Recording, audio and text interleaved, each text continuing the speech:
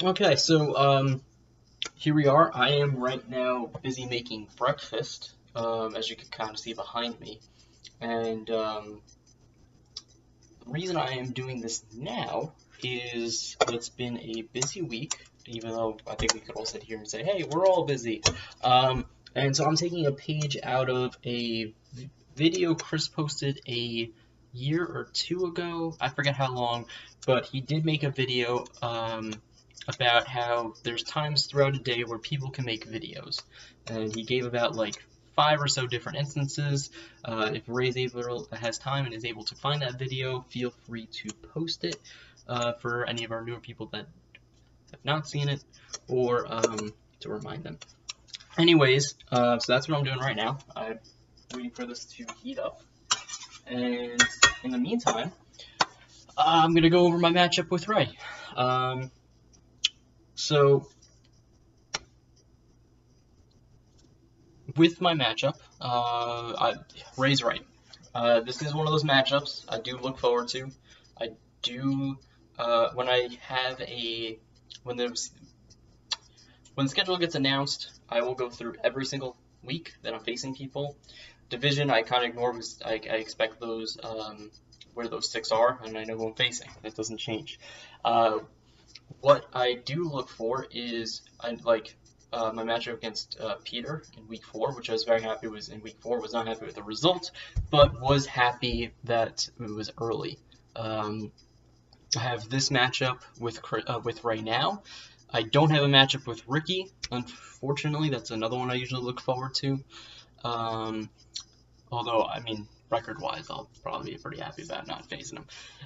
Cisco and Chris would be the 2 others for, just the content and everything. Anyways, point being, this is one of those matchups I do look forward to. Probably shouldn't, based off of my history of, facing Ray. I did look this up, I didn't realize it was this bad. I am 1-5 against Ray, which is terrible.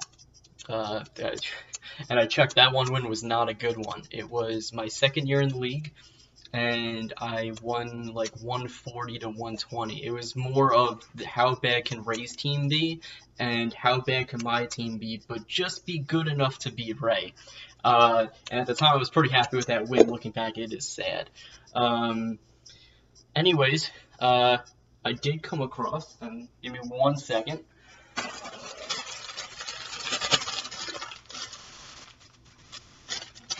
The pan's ready.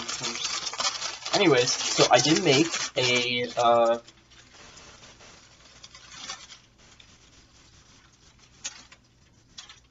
chart of the basically excuses Ray could use or not use when he loses this week. And so I was going to hold it up for you guys so you could kind of read it, and then when I did a test run of this, it inverted the wording, so you can't read it.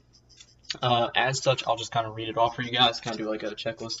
So here's some ones that I thought were legitimate excuses, and as somebody who deals with this in the past, I can attest to. So I kind of just came off the top of my head. So first one was hurricanes. Those do ruin seasons. I dealt with that a few years ago, week 1. Basically, I lost, I think, Mike Evans and 1 or 2 other players, and so I lost week 1, and that kind of snake bit the entire season. As such, season ruiner. But there is no hurricanes this week, so Ray can't use that. So that's out. We got holdouts. That's another season ruiner. You lose your best player to a holdout, it is going to be tough to win. I dealt with that last year with Le'Veon Bell. So in that scenario, does Ray have any holdouts? No, he does not. Peter did, and he just got his back, so he had an excuse. It's kind of gone now, but not for Ray. So holdouts are out. Season-long injuries. Don't think he has anyone on the IR for an entire season. And by season-long injuries, I don't mean just like a random player. I'm not counting Lamar Miller as like a season-long injury for me. Because what I'm really looking for is a player that really impacts your season. Like a Le'Veon Bell, when he tears his ACL, or MCL, or whatever else on his knee. Ray does not have that. That has ruined my season once or twice, but not for Ray, so that's out. A few other excuses Ray could use. They aren't really viewed very highly in this league and realistic. Bye weeks. Ray lost his linebacker to a bye week. If that's why he lost, that's kind of sad. So that's out. Short-term injuries. Ray is dealing with this. He lost Barkley. He lost Ingram. Is that the reason he's going to lose to me this week? If his team's good enough, it shouldn't be. So no, that's out also. So Ray, you have no excuse to not win. Theoretically, you should win. You're what, some bajillion and 4 in all play. So unless like your team really sucks this week, and that's really the difference. But jeez, so you have no excuse. That's pretty much it. I'm gonna go finish my breakfast. Let's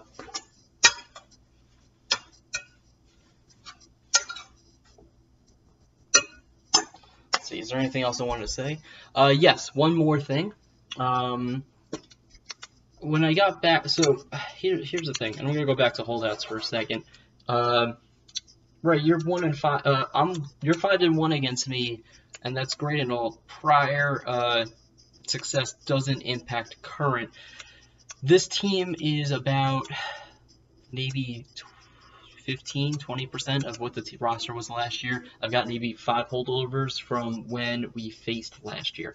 So prior success to me means nothing in this matchup, and I fully expect to be beating you.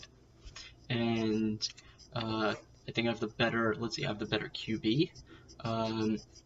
Running backs are. I'll put it up as a toss-up. You don't have Barkley, but you do have Dalvin Cook. We'll see how that one works out. Wide receivers. I don't know. I can see that go either way. Tyler Lockett's been awesome. Tight end. I definitely have the better tight end. Defense.